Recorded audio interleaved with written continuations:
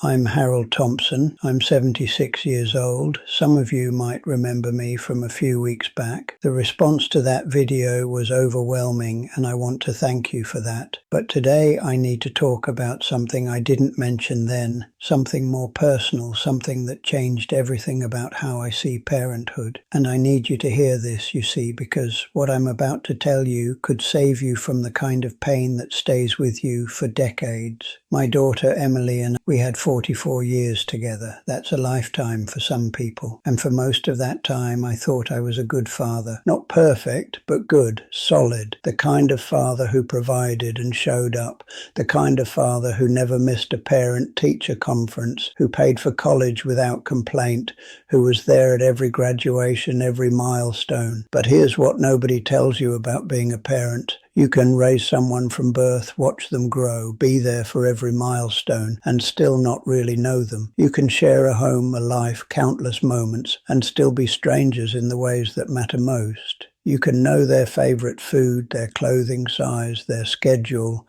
and not know their soul, not know their deepest fears, their truest dreams, the person they're trying to become. Emily died 3 years ago. Ovarian cancer, diagnosed in February, gone by June, 4 months from healthy to gone. 4 months to watch someone you love fade away. 4 months to realize everything you got wrong. And in those final weeks, lying in that hospice bed, tubes and machines all around her, she said something to me that I think about every single day. She said, "Dad, we wasted so much time with you trying to fix me instead of just knowing me." Honestly, I didn't understand it at first. I was defensive. I was a good father, wasn't I? I worked 2 jobs to put her through college. I never missed a tuition payment. I was there. We'd built a relationship.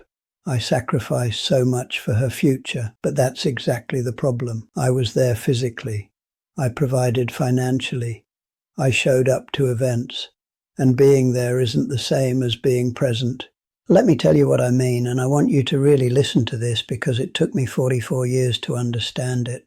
For years, from the time Emily was a teenager through her entire adult life, she would try to share things with me, small things that were actually big things. "Dad, I'm thinking about switching careers to art therapy. Can we talk about what's really important in life? Do you remember when we used to go fishing and just talk for hours?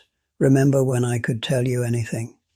And I always had an answer, a solution, a piece of advice ready before she even finished speaking.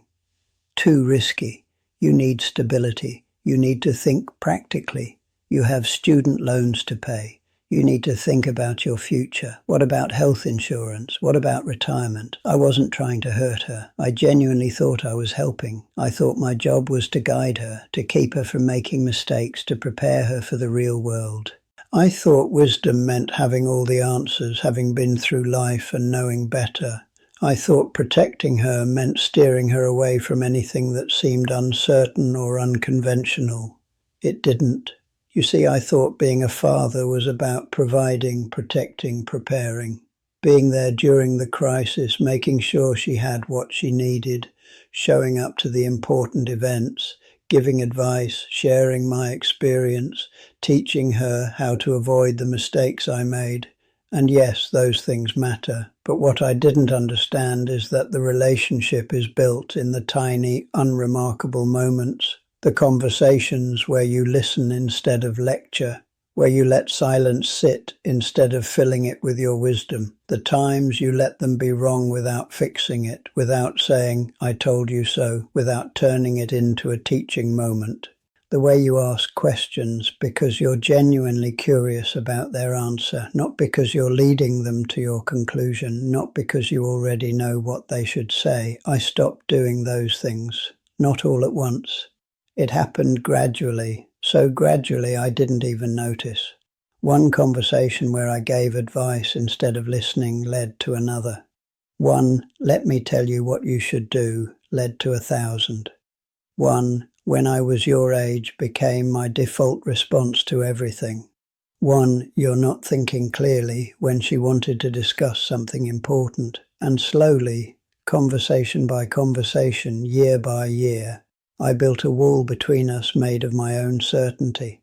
And Emily, being Emily, she adapted. She stopped sharing her dreams with me, stopped asking for my thoughts on things that mattered to her, stopped trying to have those deep conversations. She learned that coming to me meant getting a lecture, not a conversation, that sharing a dream meant hearing all the reasons it wouldn't work, that being vulnerable meant being told I was being too sensitive or emotional or impractical. She found her own mentors, her own confidence, her own support system, people who would listen without immediately trying to fix her, people who could hold space for her feelings without dismissing them as illogical. We became father and daughter in name only, polite, cordial, fundamentally disconnected. We'd have dinner once a month, talk about surface things, the weather, her job, my health, safe topics that didn't require real connection. I didn't see it, or maybe I saw it and told myself it was normal, that this is just what happens when kids grow up. The closeness fades, they build their own lives, you settle into adult politeness, you become cordial. This is maturity, I told myself. This is what successful parenting looks like, raising an independent adult. But cordial is just another word for distant. Independent shouldn't mean disconnection. When Emily got sick, everything changed. Suddenly we had a deadline. Suddenly all those conversations I thought we'd have someday had a very clear expiration date. Suddenly later became never. And in those final months, sitting by her bedside day after day, we talked more honestly than we had in 20 years. She told me things I never knew, dreams she'd abandoned because she thought I'd disapprove. A novel she'd started writing in her 20s that she never finished because I told her writing wasn't practical. A relationship she'd been in that she never told me about because she knew I'd find fault with the person. Hurt she'd carried silently, times she'd felt judged instead of heard, moments when she needed a father who listened, not one who had all the answers. She told me about her teenage years, how she'd stopped telling me about being bullied at school because my response was always to tell her what she should do differently, how she should be tougher, how she needed to stand up for herself. When what she really needed was for me to acknowledge that it hurt, to sit with her in that pain, to let her feel what she was feeling without trying to fix it immediately. She told me about her 20s, how she'd wanted to travel before settling into a career, how I'd dismissed it as irresponsible, how she'd gone anyway but never shared the experience with me because she knew I'd disapproved, how she'd come home with stories and adventures and kept them all to herself because sharing them with me felt like waiting to be judged. One night, about 3 weeks before she died, she told me about a documentary film she'd always wanted to make about people who changed careers late in life. People who followed their passion instead of their paycheck, stories of courage and reinvention. She'd mentioned it to me multiple times over the years, had even started researching it, had interviewed a few people. And every time I dismissed it, too impractical, not a real career, who's going to fund that, how will you make money, what about health insurance, maybe after you establish yourself in something stable, I'd say, maybe after you have some savings, maybe, always maybe, never now, never yes, I believe in you, never let's figure out how to make this work, we never supported it, and now she never would make it. She wasn't angry when she told me this, that's what made it worse.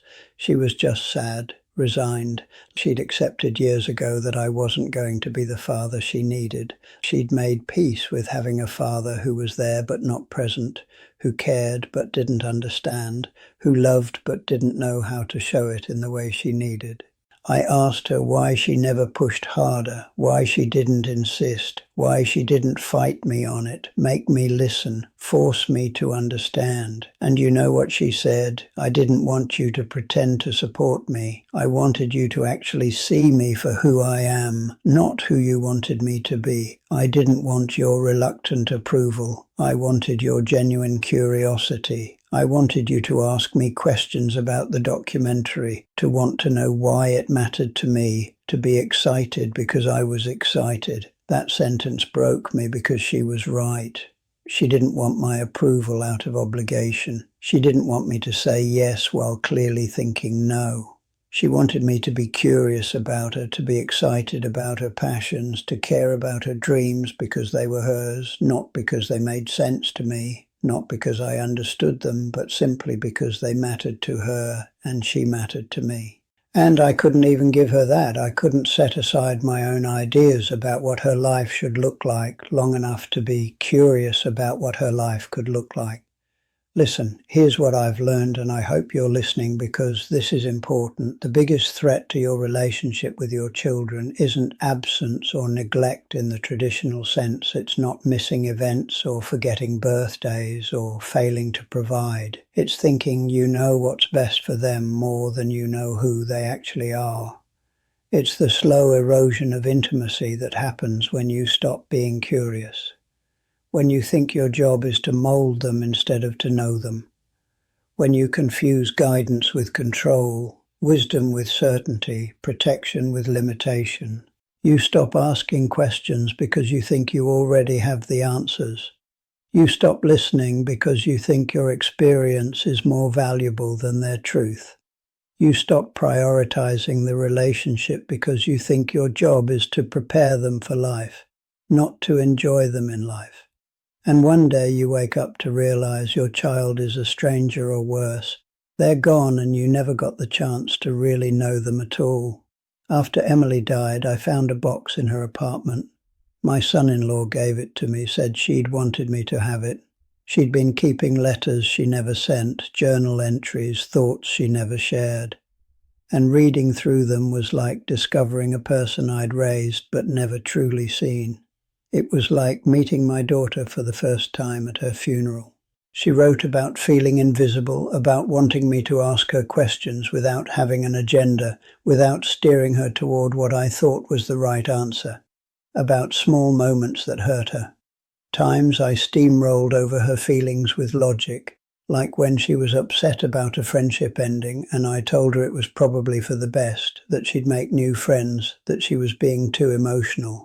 When what she needed was for me to say, "That sounds really painful, tell me about it." Times I turned her vulnerabilities into teaching moments. When she was struggling with anxiety and instead of just being there, I launched into a speech about mental toughness and positive thinking and how she needed to just push through it. Times I was more interested in being right than in understanding her. When she wanted to discuss philosophy or spirituality or questions about meaning, and I dismissed it as impractical navel-gazing instead of engaging with her curious mind. She also wrote about love, about the dad she remembered from childhood before I became so focused on preparing her for life that I forgot to enjoy her. She wrote about fishing trips when she was 8, 9, 10 years old. How we'd sit by the lake for hours and I'd actually listen to her thoughts about everything. How I used to ask her what she thought about things, genuinely curious about her perspective. How somewhere around middle school that changed. How I stopped asking what she thought and started telling her what to think. She wrote about hoping that version of me would come back, about trying to reach me and not knowing how.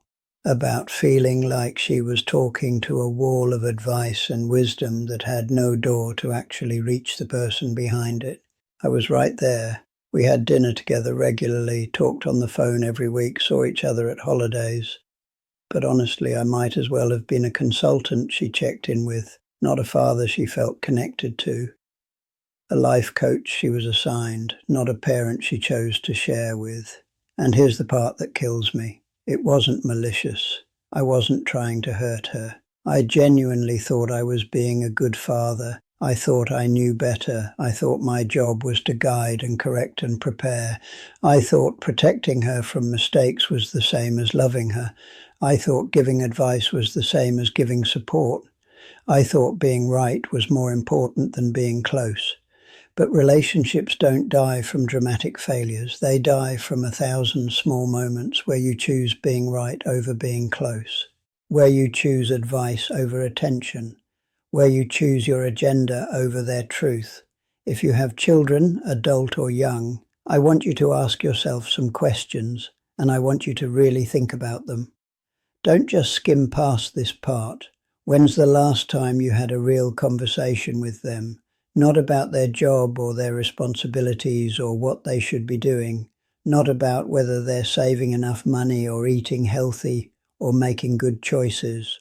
A real conversation about their dreams, their fears, their ideas, their questions about life, where you listened without planning your response, where you were curious without an agenda, where you didn't know where the conversation would go and you were okay with that. When's the last time you asked them a question out of genuine curiosity, not because you were leading them somewhere? Not have you thought about going back to school with the subtext that they should, but what are you excited about right now with genuine openness to whatever the answer is? When's the last time you let them be wrong without correcting them, let them struggle without fixing it, let them be themselves without commentary? When's the last time they told you something and you responded with curiosity instead of judgment, with questions instead of answers, with presence instead of advice? If you can't remember, you're making the same mistake I made. Your children aren't going to be here forever. I know that sounds dark, but it's true. And even if they live to be 100, your relationship with them, the opportunity to really know them, to build something deep and real that has an expiration date too. One of you will die first, or one of you will give up trying. And when that happens, you don't get a do-over. You don't get to go back and have those conversations where you listened instead of lectured. You don't get to support those dreams you dismissed. You don't get to know the person they were trying to show you. You don't get to undo the 1,000 small moments where you chose being right over being present. Emily and I had 44 years and I wasted at least half of them, probably more, thinking I knew what was best instead of trying to know who she was. Being a parent instead of being present. Having answers instead of having curiosity. Providing materially while withdrawing emotionally. Don't make my mistake. Love isn't something you express through control or guidance or fixing. Love isn't paying for college. Love isn't giving advice. Love isn't protecting them from every possible mistake. Love is something you do every day in small ways and big ways. It's choosing to be curious about your child even when you think you know better, even when you have more life experience, even when you can clearly see the right answer. It's trying to understand their perspective even when it's different from yours, even when it seems wrong to you, even when every fiber of your being wants to correct them. It's having hard conversations where you listen more than you talk, where you ask questions instead of giving speeches, where you make space for their truth even when it's uncomfortable. It's caring about the things they care about, not because you agree, not because you think it's practical or wise or the right choice, but because understanding them matters more than being right. After Emily died, people kept telling me I'd been a good father. They meant well, but they were wrong. I wasn't a good father. I was a provider. I was a protector. I was a guide. But I wasn't present. I wasn't curious. I wasn't open. I met the minimum requirements. I paid for college without complaint, didn't abandon her. Showed up to events, never hit her, never screamed at her. But that's an incredibly low bar. That's baseline human decency, not good parenting. Being a good parent means actively building connection, choosing curiosity over control, staying open even when you think you know better, making effort to understand rather than to direct, prioritizing knowing them over molding them. I didn't do those things. And now I live with the regret of knowing I had someone precious, someone extraordinary, my own daughter, and I let our relationship slip away through sheer certainty that I knew best. 3 years later, I still think about that documentary, about how little it would have cost me to say, tell me more about that. My time, my genuine interest, my curiosity, that's it. A few hours of conversation, some questions, some engagement with her passion. And it would have meant everything to her. It would have kept that door between us open. I think about the art therapy career she wanted to explore, how she brought it up over dinner one night, eyes bright with possibility, And I immediately started listing all the challenges, all the obstacles, all the reasons it would be difficult. I didn't ask her why she was drawn to it. I didn't ask what excited her about it. I didn't ask her to tell me more. I just shut it down with logic and practicality and real-world thinking. I think about the conversations she tried to start about meaning and purpose and life beyond career and money. And I'd dismiss them as the kind of thing you think about when you're young and idealistic before you grow up and get realistic. I think about the vulnerability she offered, the times she tried to tell me she was struggling, she was scared, she was uncertain. And I'd respond with solutions instead of support, with advice instead of acknowledgement, with here's what you need to do instead of I'm here with you in this. All the small ways she tried to let me know her, and all the times I responded with advice instead of curiosity, with certainty instead of questions, with my agenda instead of her truth. Later never came, it never does. All those conversations you think you'll have someday, all those moments you think you'll make time for, all those chances to really connect that you postpone because you're busy or tired or there will be time later. There won't be, if you have children, if you're part of their life. Don't wait for the perfect time to really know them. Don't assume you understand them because you raised them, because you've known them their whole life, because you watched them grow up. People are always growing, always changing, always becoming. The child you think you know might be someone completely different now. Don't confuse providing with connecting. Don't confuse being there with being present. Don't confuse advice with love. Ask them about their dreams. Not so you can evaluate them or judge them or tell them if they're realistic. Ask because you want to know. Ask because you're curious about what lights them up. Listen to their stories. Really listen. Not to respond, not to relate it back to your own experience, not to find the lesson or the warning or the advice. Listen to understand them. Listen to know them. Be curious about their choices, even if you don't agree, even if you think they're making a mistake, even if you can clearly see a better path. Be curious about why they're choosing what they're choosing, what they see that you might not see. Be present. Be open. Be humble enough to realize they might know themselves better than you know them. Be humble enough to realize that your way isn't the only way, that your path doesn't have to be their path, that your definition of success doesn't have to be theirs. Because one day you'll be where I am, sitting alone, looking through old photographs, reading letters they never sent, and realizing you had someone extraordinary and you were too busy being right to notice. You were too busy preparing them for life to enjoy them in life. You were too busy protecting them from mistakes to let them be human. You were too busy being a parent to be a person they could really know and who could really know them. I'm not telling you this to make you feel guilty. Guilt is useless. It changes nothing. I'm telling you this because you still have time. Your children, if you have them, are still there. You can still have those conversations, build that connection, really know them. You can still choose curiosity over certainty. You can still choose presence over advice. You can still choose connection over control, but you have to do it now, not someday, not when things calm down, not when they're more settled, not when you have more time. Now, today, this week, this month, pick up the phone, send the message, ask the question. What are you excited about right now?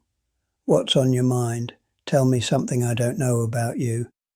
And then listen, really listen. On my desk, I keep a photograph of Emily from her college graduation, 1995. She's smiling, eyes full of hope and dreams, so full of life and possibility. She's wearing her cap and gown, holding her diploma, and there's this look in her eyes. Excitement, hope. The future stretching out before her, full of possibility. And I think about the woman she became, still beautiful, still kind, still full of dreams and passion and curiosity, but with a quiet guardedness in her eyes that I put there through years of thinking I knew better than to listen, through years of having answers instead of questions, through years of advice instead of attention. Emily was right. We wasted so much time with me trying to fix her instead of just knowing her, with me trying to shape her instead of discovering her, with me trying to guide her instead of walking beside her. Don't waste your time the way I wasted mine. Love the people in your life actively, intentionally, with curiosity and humility, while you still can. Love them by knowing them, not by controlling them. Love them by asking questions, not by having answers. Love them by being present, not just by being there. If I could go back, I'd ask Emily about that documentary every time I saw her. I'd want to know every detail. Who she wanted to interview, what story she wanted to tell, why it mattered to her. I'd go to Scotland with her, or wherever her grandmother was from. I'd support the art therapy dream, or whatever dream she had, because supporting her didn't mean agreeing with every choice. It meant being curious about her choices, understanding her reasoning, respecting her autonomy. If I could go back, I'd spend less time talking and more time listening, less time advising and more time understanding, less time being right and more time being close. But I can't go back. All I can do is tell you, so maybe you won't make the same mistakes I did. Maybe you'll put down your certainty and pick up your curiosity. Maybe you'll stop trying to mold your children into who you think they should be and start discovering who they actually are. Maybe you'll realize that being a good parent isn't about being right. It's about being present. It's about being curious. It's about loving someone enough to let them be themselves, even when yourself is different from what you imagined. This channel features people like me sharing life advice and memories, lessons learned the hard way, mistakes we made, so maybe you won't have to. If you found this helpful, please subscribe and turn on notifications for more. And if you've got something from this, leave a comment, hit that like button. Let me know if this resonated. Let me know if you're going to do something differently. And if you've got a story to tell, something you've learned that might help someone else, something you wish you'd known sooner, there's a form down in the description. Fill it out. Maybe next time we'll be sharing your story. Maybe your lesson will save someone else from the kind of regret I'm living with. Thank you for listening. Really. Thank you for giving me 30 minutes of your time. I hope you'll use it better than I used 44 years.